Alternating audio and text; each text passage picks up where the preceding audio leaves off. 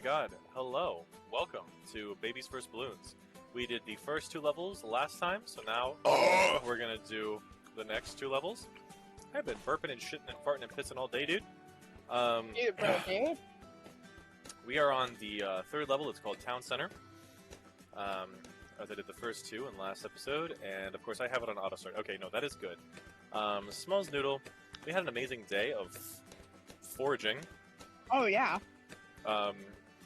In my neighborhood right now, white clover flowers, and obviously white clover itself is like super abundant. It's weird because earlier in like the early spring, we had a lot of dead nettle, and now we're seeing bitter dock, and now we're seeing a lot of plantains, wild plantains. So it's going to be more ornamental than like a bred to be big plantain. Yeah, so that's crazy. Wild plantains and white clover flowers have taken over the bitter dock and dead nettle from early spring. It's very interesting because the white clover flower, it's crazy because when you see it, you'll think it's just a weed. And it certainly is, to the extent that, you know, it tends to be invasive and it tends to just shoot up everywhere and then, you know, die in the kind of latter half of summer here. But it's one of those things where it actually smells super fragrantly, and it's actually going to start off as a white flower and then turn pink as time progresses. And the pinker, and so I don't know what that is, if it's pollen or what, but like the pinker, the white clover flower, the more fragrant and aromatic. And it's amazing, and it's edible, and of course it can be boiled into a tea if you look up uses for white clover flowers. Interesting. Even our dandelions are dying. Like, these white clover flowers are just killing, like, the dandelions, too. I thought dandelions were going to be so much more, like, there. Yeah. And it's like, no, it's mock strawberry and, like,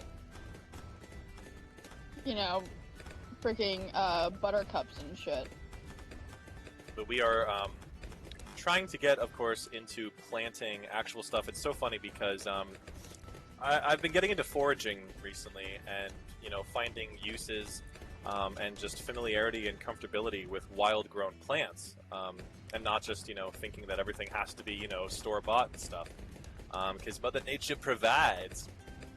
A bit of that, though, is of course pushed because I downloaded this app called Picture This, and it identifies plants, and it gives you a lot of info, and so it familiarizes you with the fact that a lot of plants in Virginia are, one, for some reason fucking Japanese and East Asian, and two, that they're actually a lot more useful, just in the sense that they're not lethal than you might expect. But we're trying to grow our own stuff. We're really getting into gardening now in late May here. Yeah, and we're gonna go to Walmart and like Home Depot tomorrow. Yeah, you're really into wanting to grow real strawberries. So we found these wild strawberries growing in my backyard and in my front yard, and they're called mock strawberries, or cinquefoil. And the whole thing is, at least that's what Picture This says. However, there's another kind of wild berry plant that apparently is said to look very similar to a mock strawberry, called a snakeberry. And apparently it's poisonous. Now the mock strawberry is not, the snakeberry is, but they look very similar to each other. So it's like, uh-oh, can't take your chances. Now what I did was I put up a poll on a certain social media site, and it was somewhat of a close tie, and 27 out of 27 people, but the majority said that it was actually mock strawberry, and not snakeberry. So, you know, who knows? So, you know, according to that vote, we're in the clear. But so other than that, Diana wants to grow fresh hot dogs. No, wants to grow real strawberries then, since the wild ones are just... and carrots and potatoes. So potatoes, I'm really into this because here's the deal, guys. This is some crazy, fun little consumerism to like be in on the know about. Potatoes are getting more expensive, about 55 cents price hike per year. Now, and I don't think in very much way does that translate to the rise of potato chips. I think that tends to be corporate antagonism. But kiss me through the phone. Kiss me through the phone. Oh my lord. Hey everybody, what is going on? It's Ryan here. We're playing Baby's First Bloons here, where I go through all the levels of Bloons Tower Defense 6 again. The last time I did this was back in 2022. It is now 2023, so we are revamping an unpermeable classic. We just got done watching some Vox Machina, but I believe before I stopped this recording, wasn't I talking about like foraging and stuff? Oh yeah.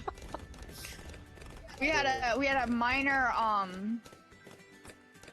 we just had a minor, you know, dinner break. Yeah, you know, we were with some coal miners, so in Appalachia. Oh my god.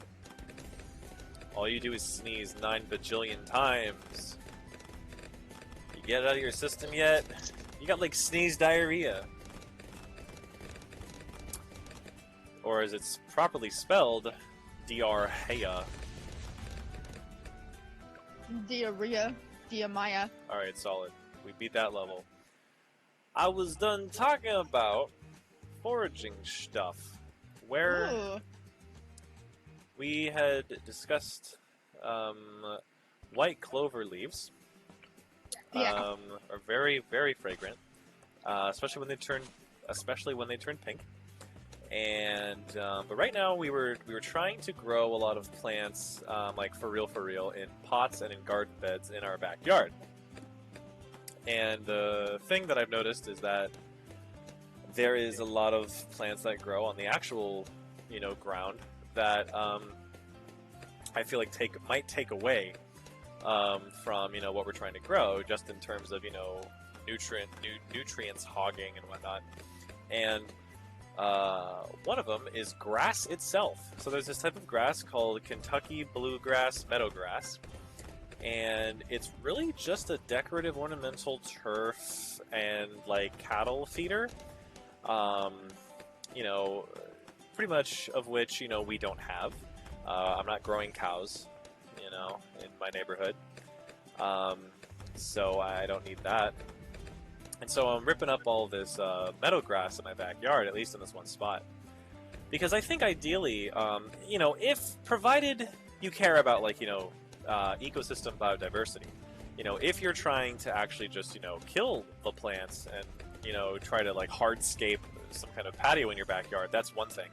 But provided that, you know, you're trying to get like a lush, you know, greenery and let Mother Nature do its thing, bluegrass, meadowgrass is actually pretty bad. What you want is a soil full of different kinds of weeds, like what's called, and these are really just weeds in the sense that, you know, they're sturdy and they grow wild. But really, these plants actually have uses and are intriguing plants. It is dead nettle, white clover, common plantains, and bitter dock are the three main big ones. And then, you know, you'll get certain what's called madder, M-A-D-D-E-R, blue madder, yellow madder, which are like really tiny like flowers and stuff. And then of course, you know, mock strawberries is something that grows wild. Because yeah, just strict grass it's just going to take all that nutrients and give nothing back. Like, you know, unless you're trying to grow cows, unless you're trying to raise cows. So I'm pulling up this grass, this patch of bluegrass in the backyard, and all of a sudden, worms apparently start like crawling out of it, and then Smalls Noodle starts to take these worms and I throw really them do, into the garden actually. bed. Yeah, tell us about the worms. So I don't know if anybody was younger. I had a spider bite me when I was younger, trying to pick flowers for my mom. Apparently, that didn't deter me from like digging in the ground. Like, you know, it would most kids. And I enjoyed like gardening and being in the earth. And so we're trying to grow stuff, you know, like carrots, potatoes, onion, you know, all that good stuff.